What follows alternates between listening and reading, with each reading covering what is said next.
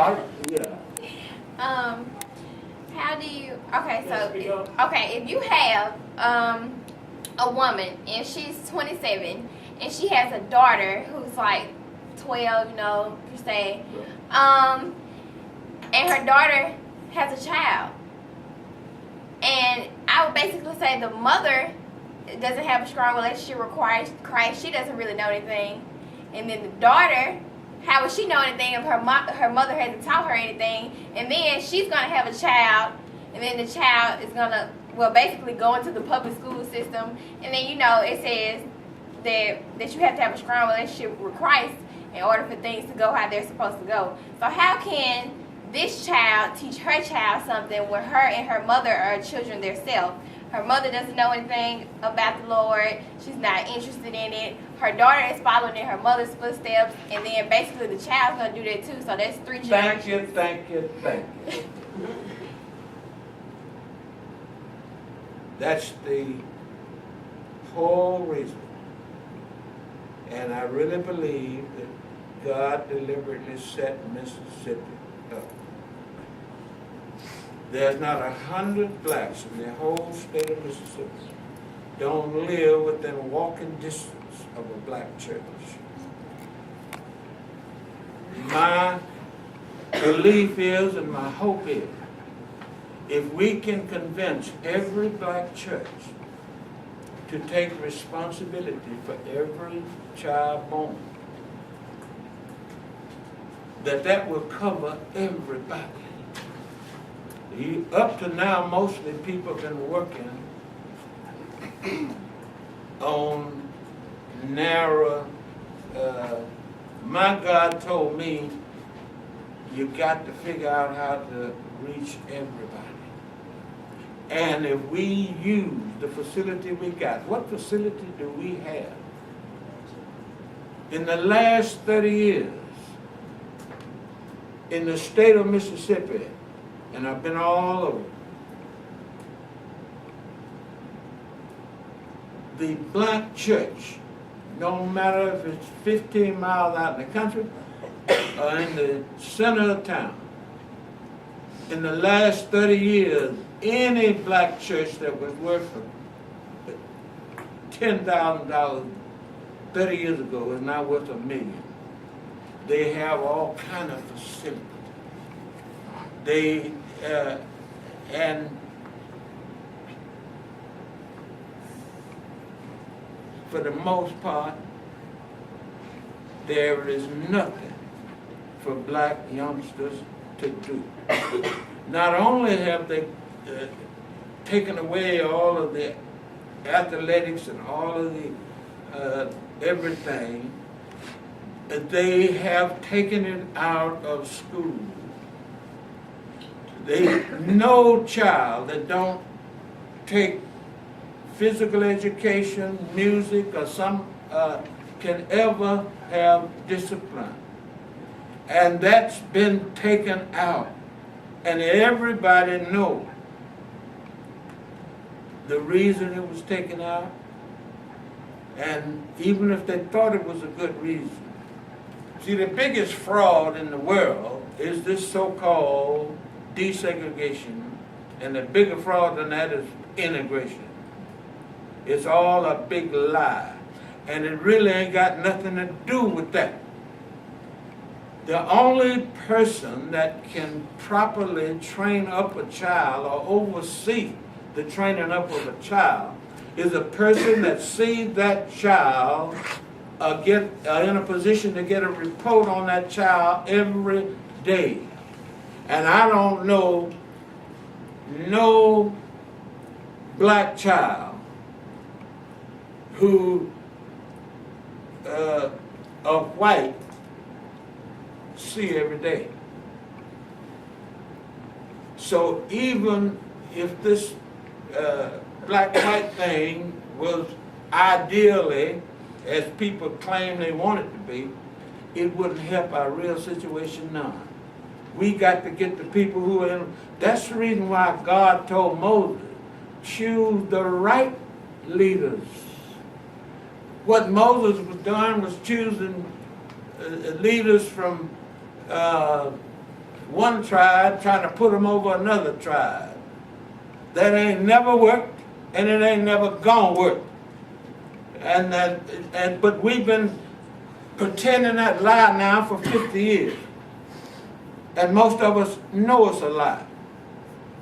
I mean, so the reason why grandmamas don't want to take care of their children, they think that this old white system mistreated them and they owe it. If they owe it, they couldn't do it if they wanted to. Only the only people who can police a community are the people in that community. No police force can patrol any community. Unless the people are fully involved, and right now, nobody's involved for the reason she said.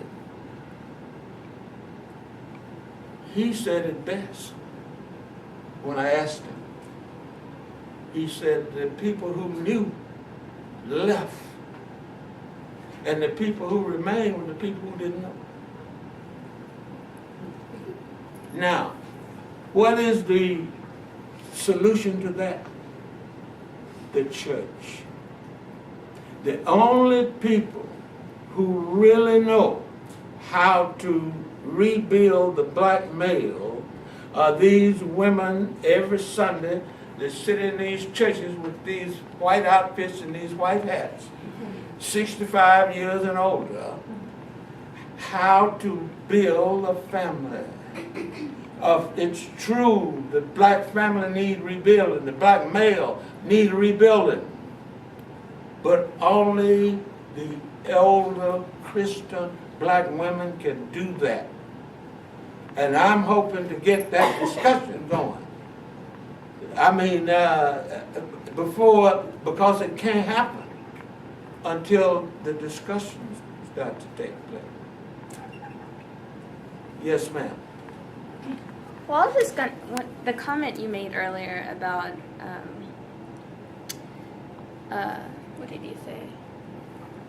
God has positioned Mississippi because we're ready to take the leadership in this country. We're ready to lead change. And that comment really hit home because I've been studying social change and how to organize, how the community organize to lead towards social change. And there's this concept called social capital. And it's basically using the power of humans, of our neighbors to cause change. And the tighter a community is, the more that an area values community, the faster change can occur because information and knowledge is spread at a quicker rate.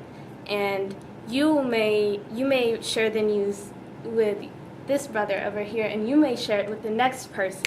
And then because we're all connected and we're all friends and we all love each other, people are much more ready to accept this knowledge and to change. But in other places of the country, like California or the East Coast, communities aren't as strong as ours in Mississippi and the Deep South. So they don't have the human power to change at the rate that we can change. Yes, ma'am.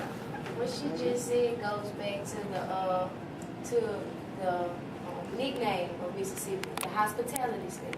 If you look at it, if you walk up this street, I bet my last dollar, if you pass somebody, they're gonna say, hey, how you doing? You having a good day? But go to New York or Georgia, they're gonna look at you like something wrong with you. They're gonna cut you out. That's right, yeah. If you blink at them, if you turn your head in that direction and you look above their head, they're gonna say something to you. And I always ask my mom all the time, Mom, why is it that people so nice in Mississippi? Why is it that so people you can talk to anybody or, probably have a conversation? We, even though, like you said, Mississippi is the best and the worst all at the same time. Because it's so many things wrong with Mississippi, but it's so many things right with Mississippi at the same time. The problems that other states are having, we've already accomplished. But we got problems generated that other states can't accomplish because they generated here. So that goes back to, the nickname that we have, to me. Well, I can tell you for sure, I'm glad to find other people who believe as I do that Mississippi is the next leader of the world. I absolutely believe that, particularly the Christian world. I mean, Mississippi is the most Christian place in the world by everybody's study. The black Christian in Mississippi is by far the most Christian, and most of them genuinely believe it. I mean, so we know better than anybody else what ought to be done. We do it probably less than anybody else. But if we decide to, it's almost like she indicated, it's going to snowball. I absolutely think it's going to snowball. And you all might have noticed, but I noticed and wasn't going to say anything, the mayor of this city is here. Now, yesterday, about 4 o'clock, the secretary of the mayor of Madison, Mississippi, called me, and she had heard about, I almost said my brilliant idea, but she had her secretary to set up a meeting for one day next month. She wanted to start doing something. The last speech I made was in Clarksdale, Mississippi. And the mayor there pledges to devote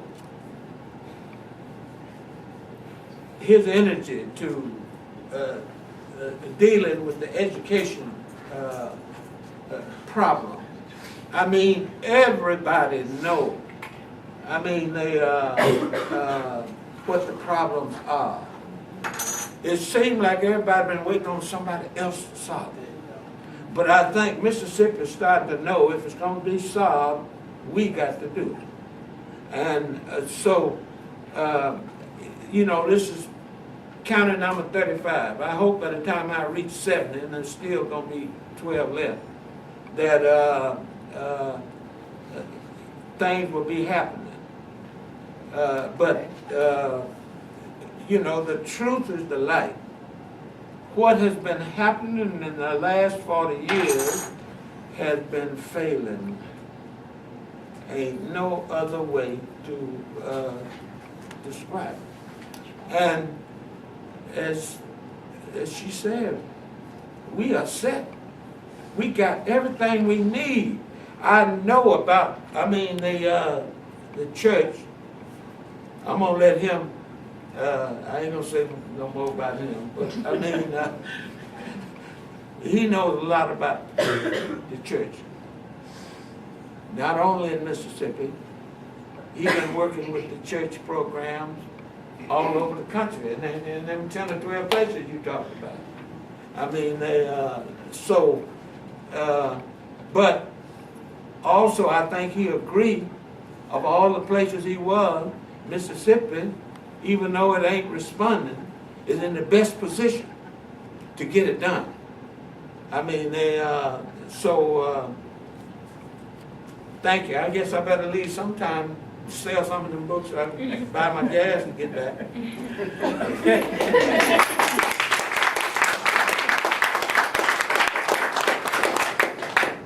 We have presentation.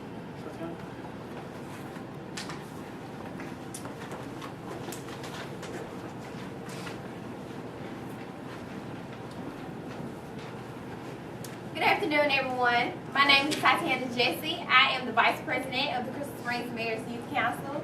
I would like to once again thank Mr. Meredith for coming out here and giving us some of his time, because this is not, they always say our city is such a small city, you know, it's such a little city. This is little old Crystal Springs and we can't do anything. But here we are.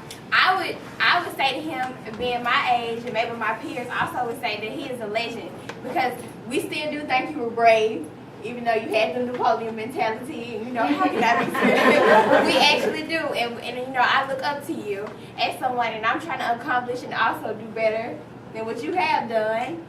But if we are to take what we have learned today and put it into play, and tell your friends, your grandparents, go out, call your best friend, tell a girl you should have been here, should have heard what they told us today, we can get something started, and we can be the best city in Mississippi, and we can start a change, and we can take Mississippi to the top.